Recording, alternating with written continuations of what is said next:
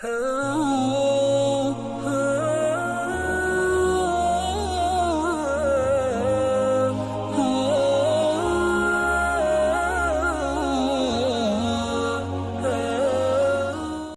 warahmatullahi wabarakatuh. Waalaikumsalam warahmatullahi wabarakatuh. Ustadz, ada hadis mengatakan wanita yang ikhlas di poligami balasannya surga jika sabar. Tuh, apa saya bilang?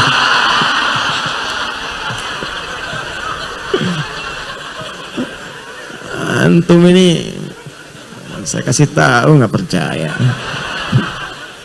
Saya ulang lagi. Ustadz, ada hadis mengatakan wanita yang ikhlas di poligami balasannya surga jika sabar. Apakah berlaku hal yang sama jika istri yang menyuruh suaminya poligami dan tetap sabar? Jazakallah khair Ustaz. Cek dulu hadisnya. Cek dulu. Ya.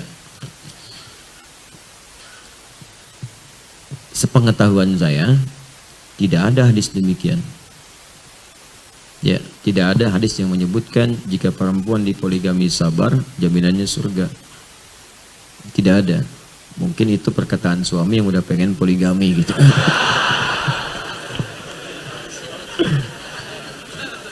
Ya. Saya belum pernah menemukan. Allahu a'lam, kalau yang lain mungkin keterbatasan ilmu saya. Silahkan ditanyakan kepada ustadz lain yang mungkin tahu. Tapi sih menurut saya nggak akan tahu gitu. Karena memang nggak ada gitu, nggak ditemukan. Allahu a'lam, wallahu a'lam. Mungkin ada yang menemukan, tapi saya ingat saya tidak ada. Bacaan saya ya, menunjukkan tidak ada hadis demikian. Ya, kalau hadis-hadis lain yang mungkin bisa ditafsirkan tafsiran lebih luas, itu banyak. Misal di At-Tirmidzi ada hadis yang disahihkan juga oleh Syekh Al-Albani ya, dalam silsilah hadisnya yang sahih, yang saghirnya, nomor hadis 660. Bunyinya begini. Qala sallallahu alaihi wasallam, "Idza shallatil mar'atu sholataha wa shamat shamaha wa hafizat farjaha wa ata'at zawjaha, qila laha yaumal qiyamati udkhulil jannata min haitsu syi'ti." Jika ada seorang istri menunaikan salat fardu saja selama hidupnya, enggak pernah salat sunnah, fardu aja. Kemudian puasanya fardu juga, Ramadan aja, yang lain tidak. Tapi dia sanggup menjaga kehormatan dirinya, hafizat farja, enggak selingkuh, macam-macam, ya. Wa ata'at zaujaha, dan menaati suaminya ketika dia meminta yang baik-baik, yang dibenarkan oleh Allah. Itu. Ini diantara tafsir di Quran surah ke-4 An-Nisa ayat 34. Ini paling kiri sebelah atas di mushaf. Saya langsung masuk ke bagian perempuannya. Fassalihatu, pertengahan ayatnya, qanitatun hafizatun lil ghaibi bima hafizallah. Di sini Allah membagi kewajiban laki-laki dengan perempuan, suami dan istri. Kalau suami di awal ayat, ar-rijalu qawwamuna 'alan nisa bima faddalallahu ba'dahum 'ala ba'din wa bima anfaqu min amwalihim. Kewajiban suami, kata Allah, menjadi pemimpin di rumah tangganya, arahkan istri dengan baik. Kemudian dari situ saya berikan bekal, kata Allah, untuk mencari nafkah. Di pencarian nafkah itu diberikan oleh Allah bekalnya kepada laki-laki, punya kemampuan. Jadi kalau keluar, nafkah datang. Nafkah itu harta yang didapatkan nanti untuk bisa diberikan cukup untuk keluarga. Di apa yang dibawa itu akan cukup untuk keluarga. Ya, beda dengan perempuan sendiri mencari pekerjaan, bukan disebut nafkah. Makanya ketika dapat sesuatu hanya cukup untuk dirinya. Walaupun dibagi, ya kemungkinan akan ada persoalan di rumah tangganya. Tapi nafkah tidak. Kemudian sifat kepemimpinan ada di laki-laki. Ya, diberikan bakat di situ, bakat untuk memimpin, walaupun kerjasamanya dengan istri. Tapi jiwa kepemimpinannya, pengayomnya ada di laki-laki. Ya. Nah, istri kewajibannya dua juga. Fasalihatu, perempuan yang salihah, qanitatun. Nah, ini maksudnya taat pada Allah dengan cara menaati suami pada yang baik-baik. Di sini tafsir hadisnya. Jadi kalau suami minta pada yang baik-baik, yang dibenarkan Allah. Jadi ukuran kebaikannya qanitat, yang Allah benarkan. Qanit itu taat pada Allah dengan khusyuk. Dalam konteks rumah tangga, menaati suami, ya, menaati Allah dengan cara menaati suami pada yang dibenarkan oleh Allah. Makanya orang salat disebut khusyuk, qanitin. Quran surah kedua ayat 238. Tadi, hafidhu ala salawati wa salatil wusta wa qumu lillahi qanitin. Dirikan salat dengan khusyuk, dengan taat kepada Allah, khusyuk. Di rumah tangga, istri yang taat disebut qanitat. Taat kepada Allah dengan cara menaati suami pada hal yang dibenarkan oleh Allah. Misal, suami bilang begini, "Ma, berhijab ya." "Siap ayah." "Ma, Ikut ta'lim dia, siap. Tahajud malam yuk, insya Allah. Nah, kalau ada yang begitu taat benar, yang dibenarkan oleh Allah Subhanahu wa taala, maka qilalah yaumal qiyamati, akan dikatakan pada perempuan yang seperti ini, sepanjang dia tidak bermaksiat besar kepada Allah, ya dia beriman, menaati suami, bekerja dengan baik, dan dia salehah. Qilalah yaumal qiyamati, dikatakan pada yang di hari kiamat, udkhulil jannata min haitsu syi'ti, langsung aja masuk surga dari pintu manapun yang kamu inginkan. Ada yang pengen masuk Ar-Rayyan puasa dulu. Ada yang pengen masuk pintu tahajud dulu. Ada yang masuk pintu sedekah dulu. Tapi perempuan ini langsung aja masuk, pilih aja dari pintu mana aja. Ya. Nah sekarang, apa korelasi dengan poligami? Ya, kalau poligami itu memenuhi syaratnya, ketentuannya yang dibenarkan oleh Allah. Ingat, dibenarkan oleh Allah. Karena semua ibadah ada rukun dan syarat. Jangankan poligami, monogami pun ada rukun dan syarat. Ya, ta'tarihil ahkamul khamsah. Kalau syaratnya terpenuhi, nikah. Jangan ditunda-tunda. Ya ma'syaras syabab, para pemuda. Ya, man istata'a minkumul ba'ata falyatazawwaj. Kalau sudah siap punya kemampuan. Kemampuan materi ada. Kemampuan akhlak ada. Akhlak mesti ada. Kalaupun kaya, tapi dengan menikah bisa menyakiti pasangan, haram hukumnya. Jadi haram. Yang halal jadi haram, ingat tuh. Di fikih itu unik pokoknya. Yang halal bisa jadi haram. Yang haram bisa jadi halal. Babi itu haram. Dalam kondisi tertentu, halal sementara. Harus ditambahkan kalimat sementaranya, ya, supaya tidak dianggap seterusnya. Ya, halal sementara sampai menemukan makanan ini lagi yang halal. Ya, jadi kalau Anda sedang ke hutan misalnya, nggak ketemu tuh yang halal-halal. Ya, tiba-tiba mau nyari, ada yang ngorok lagi, gitu kan? Ternyata dilihat hewan. Kalau nggak makan bisa meninggal. Makanya dia disembelih dulu, diambil dagingnya, ya, kemudian dimasak, dan baru kemudian dimakan. Dimakan pun bukan untuk dinikmati, diambil pun bukan untuk mengenyangkan, sekedar menutup lapar. Jadi ingat, bukan dinikmati, dibakar, si kecap, enak juga ya, bukan begitu. Enggak. Dia hanya untuk menghilangkan lapar aja, sambil gitu cari lagi yang halal. Nah sama dalam pernikahan pun, jangankan yang poligami, saya mulai dengan monogami pun, kalau Anda menikah dengan satu perempuan pun, kemudian dengan itu berpotensi bisa menyakiti, itu tidak boleh, haram hukumnya. Sampai Anda merubah dulu jadi baik. Setelah baik, baru kemudian menikah. Saat mau menikah pun, itu orang baik pun diingatkan oleh Allah. Orang baik yang lembut pun diingatkan. Turun Quran surah keempat, ya teman-teman sekalian, di ayat 19. Ya ayyuhalladzina amanu la yahillu lakum an tarithun nisaa karha. Hai para suami-suami yang beriman, jangan wariskan sifat buruk yang kamu mungkin pernah lakukan sebelum menikah pada istrimu setelah engkau menikah. Ya, suka marah, perbaiki dulu. Jangan sampai marah dibawa ke rumah tangga pada yang tidak tepat. Kalau ada memang yang harus dimarahi, tempatkan pada tempatnya. Tapi jangan bawa warisan dari sebelum menikah yang kasar pada pernikahan. Itu untuk monogami pun ada persyaratan, apalagi poligami.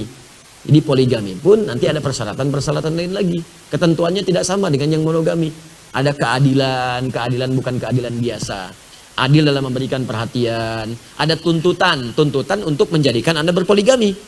Ya, misal apa tuntutannya? Nah, ada tuntutan terkait dengan fisikal, ya misal ada penyakit tertentu, ya belum ada keturunan, atau tuntutan dalam sosial, ada pekerjaan yang berat dalam yang dikerjakan, merawat banyak anak yatim. Kalau sendirian tidak terawat misalnya, Anda bisa diskusi. Itu pun kemudian ngobrol dulu. Tadi zauj, pasangan ngobrol, jangan sembunyi-sembunyi. Nikah dong, yang gentle, bicara. Pada istri bicara, ngobrol, ajak bicara. Rumah tangga itu kan supaya tenang. Anda sembunyi-sembunyi artinya nggak tenang. Dan biasanya yang sembunyi-sembunyi itu cenderung gelisah. Kalau gelisah nanti mengumpulkan dosa. Papa kemana? Mau meeting dulu mah? Meeting. Ya, ada pertemuan-pertemuan. Ya kenapa kemudian jadi diabstrakkan? Kalau ada hasrat untuk poligami, cerita, diskusi. Apa alasannya, ngobrol. Terus bahas bareng-bareng fikihnya. Istri membahas, suami bahas. Ngobrol, ajak bareng. Mah, ini keutamaannya mah. Pekerjaan papa sedang begini. Bagaimana menurut mama? Ya, dengan bahasa yang halus. Mah, anak yatim kita makin banyak ya mah. Iya Pak, alhamdulillah. Mama kira-kira bagaimana kita nanti di surga kalau kita diperkenankan? Insya Allah Pak, mudah-mudahan bertetangga dengan Rasulullah. Iya mah, ini makin banyak mah. Terawat nggak sendiri? Mama juga udah merasa capek sih Pak, sendiri ini nggak sanggup nih. Iya mah, kalau ada temannya mungkin akan lebih ringan gitu. Maksudnya Pak? Ya yuk kita buka fikihnya, lihat. Ini mah ternyata ada di Quran nih.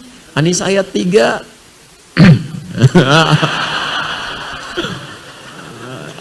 Itu caranya, ini pelan-pelan.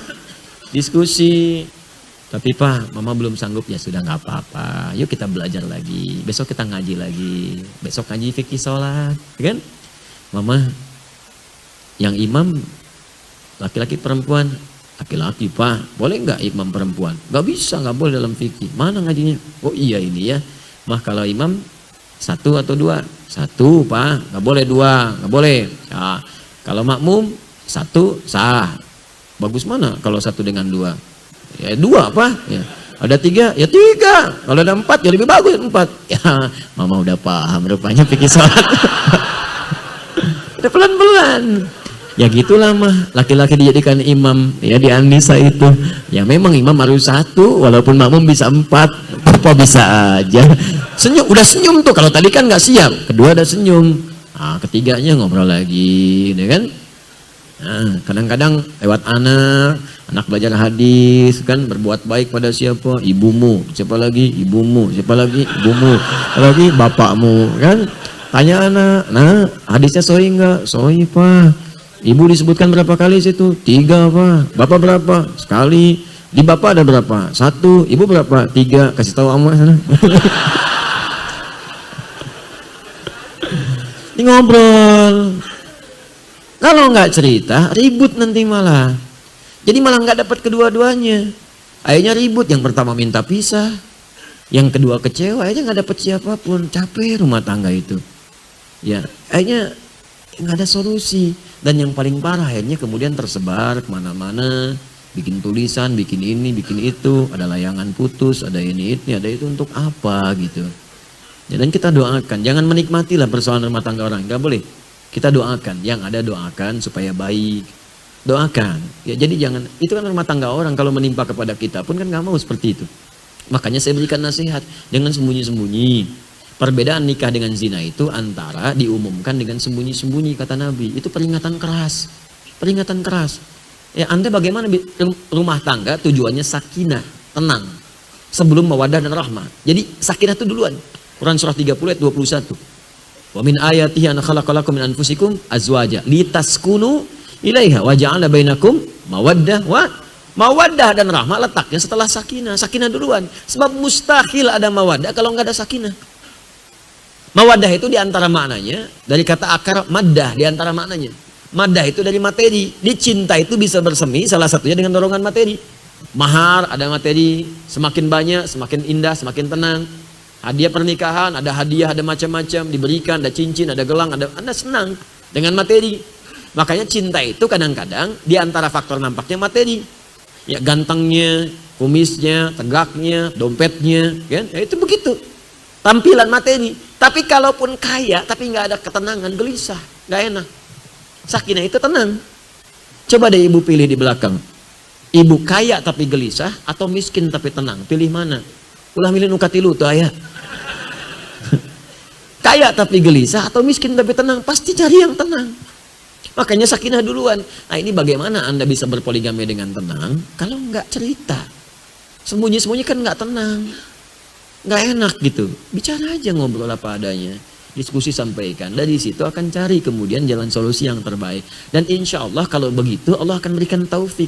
Kalau berpoligami kemudian jadi tenang. Dan nggak akan peduli dengan orang. Orang mau bilang apa. Ya. Orang usil itu tanda tak sanggup. Ya. Atau belum mampu. Ngapa? Dan nggak usah aib. Saya mengakui saya belum mampu. Ya. Nggak ada ilmu. Saya mungkin teman-teman yang sudah karena ada ilmunya. Mampu, sanggup, saya paham ilmunya. Cuman saya memang belum ada kemampuan. Karena titipan saya masih banyak. Istri saya titipan, anak saya 3 sekarang titipan juga. Saya belum bisa mendidik mereka dengan baik. Bagaimana kalau saya meninggal dan mereka dihisab? Bagi saya kalau saya dapat titipan 1 lagi istri, ada anak lagi, titipan makin nambah lagi. Saya ingin dulu rawat yang ini dengan baik. Alhamdulillah istri saya baik, gak ada masalah. Bu ya silahkan kalau mau, silahkan. Ini gak ada masalah. Tapi kan saya juga berpikir, ini kan saya dihisab di hari kiamat. Teman-teman yang lain sudah sanggup, alhamdulillah. Kita mendoakan juga mereka. Yang berpoligami kita doakan baik.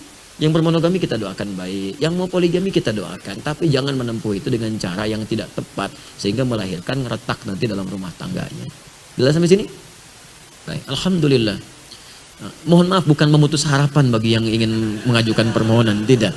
Ya, tapi mungkin satu saat ya mungkin saja Allah berikan jalan atau yang lainnya terjadi, wallahu a'lam. Tapi untuk saat ini saya titipkan. Anak saya yang baru lahir masih 6 bulan. gitu kan, dan sebagainya, itu kan itu amanah gitu. Bagaimana saya merawatnya? Saya pengen Qurannya dari saya, ajak sholat, ajak macam-macam, sehingga dihisabnya ringan. Aku titipkan Muhammad Hamilul Qur'ani kepadamu ya Adi Hidayat. Apa yang kau kerjakan dengannya ya Allah? Aku ajak dia ke pengajian, aku tunjukkan dia sholat, aku ajarkan dia baca Quran. Lalu anaknya dikonfrontir, benar nggak seperti itu? Jawab dia. Pertanyaannya, apakah jawaban anak itu sama dengan saya? Saya harus pastikan. Karena jawaban Qurannya ku anfusakum wa ahlikum nar. Itu anak saya baru satu. Belum yang kedua, belum yang ketiga, belum istri saya. Belum saya anak dari seorang ibu, dari seorang ayah. Saya masih punya banyak tugas. Ya, karena itu ya kita berpikir untuk akhirat, jangan cuma dunia kita pikirkan. Dan poligami pun ketika turun untuk menjamin kemaslahatan akhirat dan untuk bisa mengangkat derajat perempuan.